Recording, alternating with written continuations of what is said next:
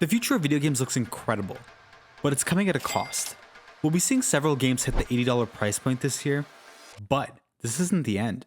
In fact, it's barely the beginning. Prices will keep climbing, and before you know it, $100 video games will become the norm. But this current pricing structure is not sustainable. The price itself is only a small part of the issue. The bigger problem is the reason behind the increases. Most people blame inflation, but there's more to it, so let's talk about it. Video games have come a long way over the years. As technology advances, developers continuously push the boundaries of what was once thought impossible, especially in the realm of graphics. Take for example the original Elder Scrolls Oblivion. The game released near the beginning of the Xbox 360 console generation back in 2006, and was considered a visual and technical marvel at the time. Fast forward to the end of that generation with GTA 5, and you see a massive leap in visual fidelity and complexity, all still on the same console. But here's the problem. Alongside these leaps in technology, video game prices remained the same, while the cost to develop these projects skyrocketed. It's reported that GTA 5 had a total budget of around $250 million, a figure larger than most Hollywood blockbusters at the time. With over 1,000 people working on the project at any given time, it's not hard to see why. GTA 5 changed the landscape. Here you had a video game that costs more to make than most Hollywood movies, with a debut that was more profitable than every Hollywood film.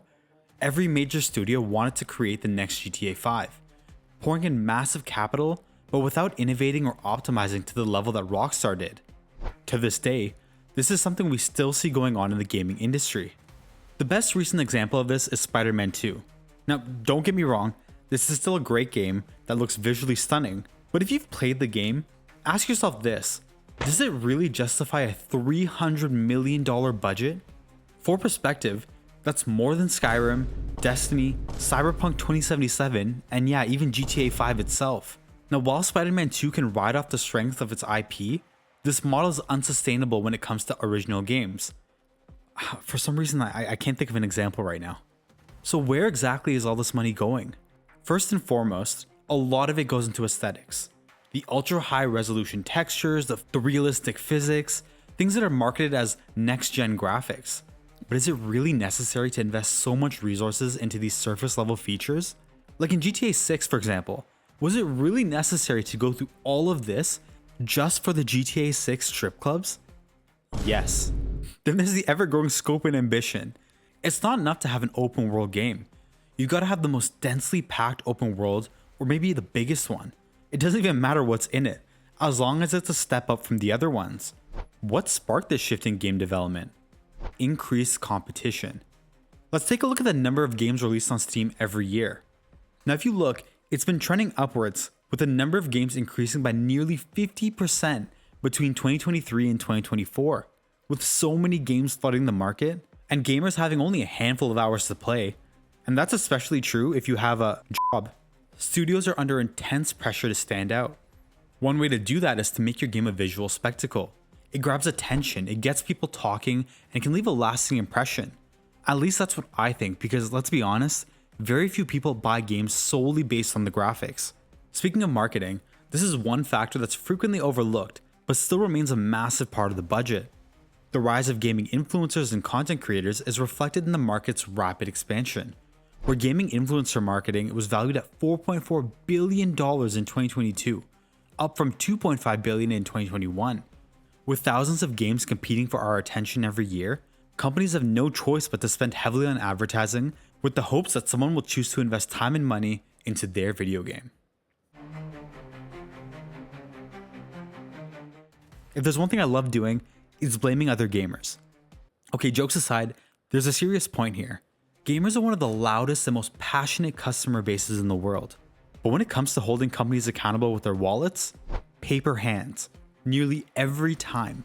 I mentioned in a previous video that we will never see real change until we start speaking with our dollars.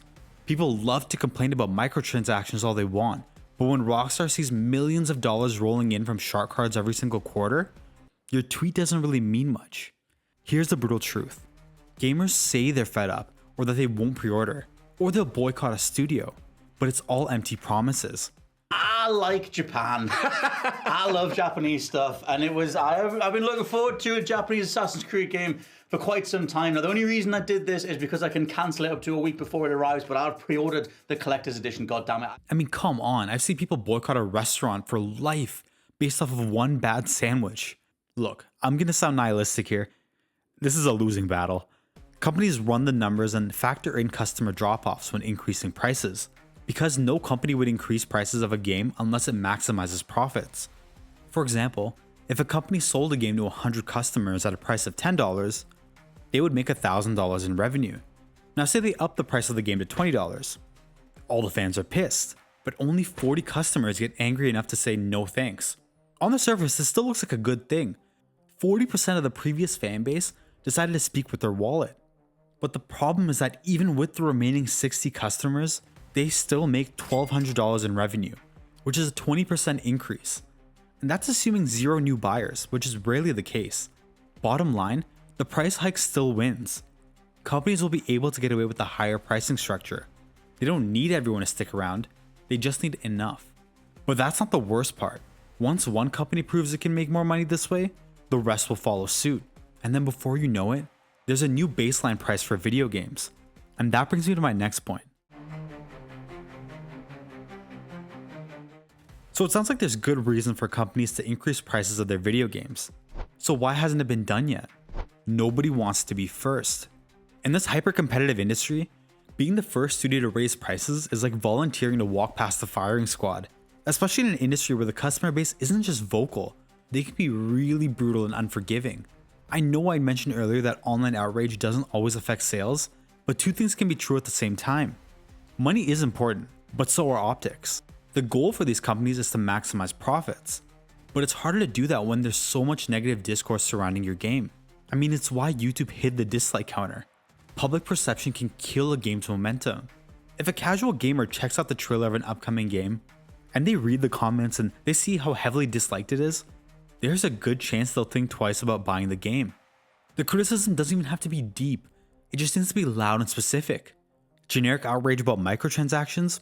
That's like white noise to these companies.